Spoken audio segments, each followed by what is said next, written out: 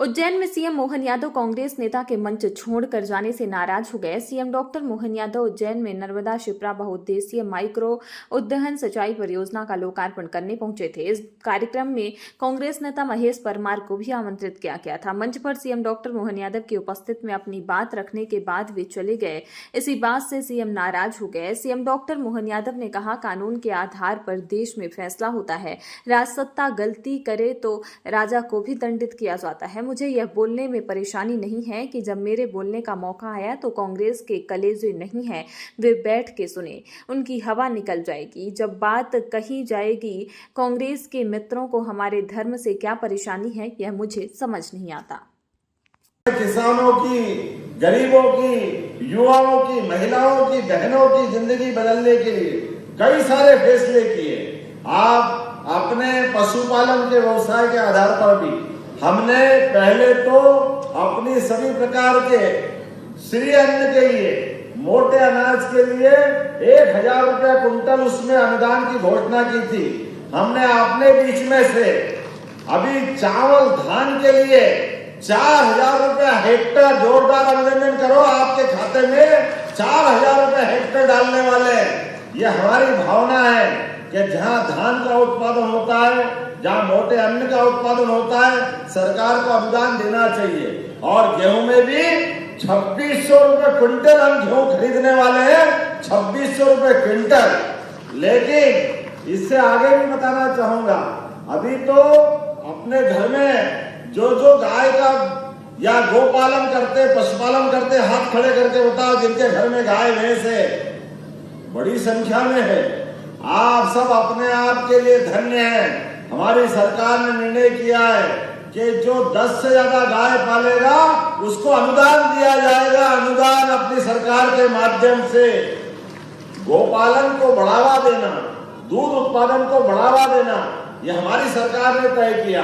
और दूध खरीदने के लिए भी अभी तक तो दूध वाले केवल भैंस का दूध खरीदते थे, गाय के दूध में मुंह बिचका लेते थे कि गाय का दूध तो पतला होता है, उसको कैसे खरीदेंगे। कोई बात नहीं, हमने योजना बनाई है, अब गाय का दूध भी खरीदेंगे और 5 रुपया लीटर बोनस भी उस पे देने वाले हैं। 5 रुपया लीटर, ये सरकार के माध्यम से योजना बनाई। अलग हटके है। आमतौर पर हमारे कार्यक्रम होते हैं, उन कार्यक्रमों की रचना राजनीतिक आधार पर, प्रशासनिक आधार पर बनती है।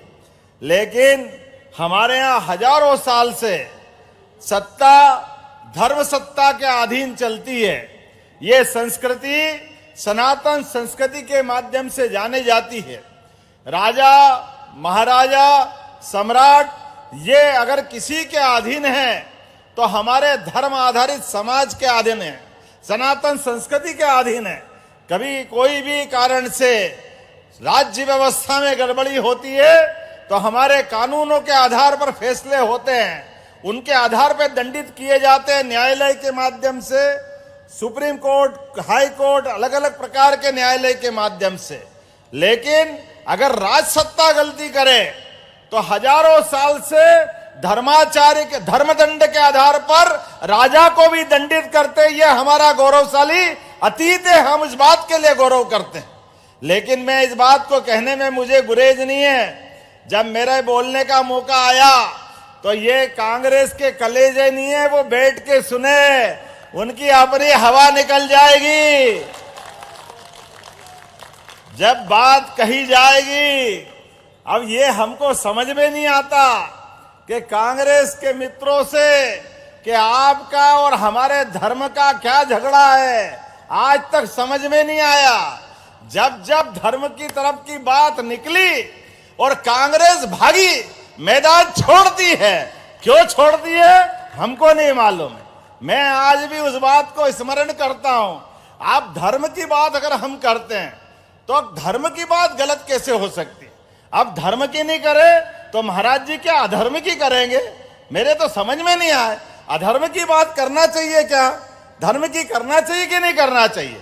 मुझे इस बात की प्रसन्नता है, जब धर्म की बात कर रहे हैं तो हाँ, हम सीना ठोक के कहते हैं भगवान राम, भगवान कृष्ण से हमारी संस्कृति जानी जाती है। बोले भगवान रामचंद्र भगवान की। बोला कृष्ण कन्हैया लाल की। जब हम कृष्ण कन्हैया की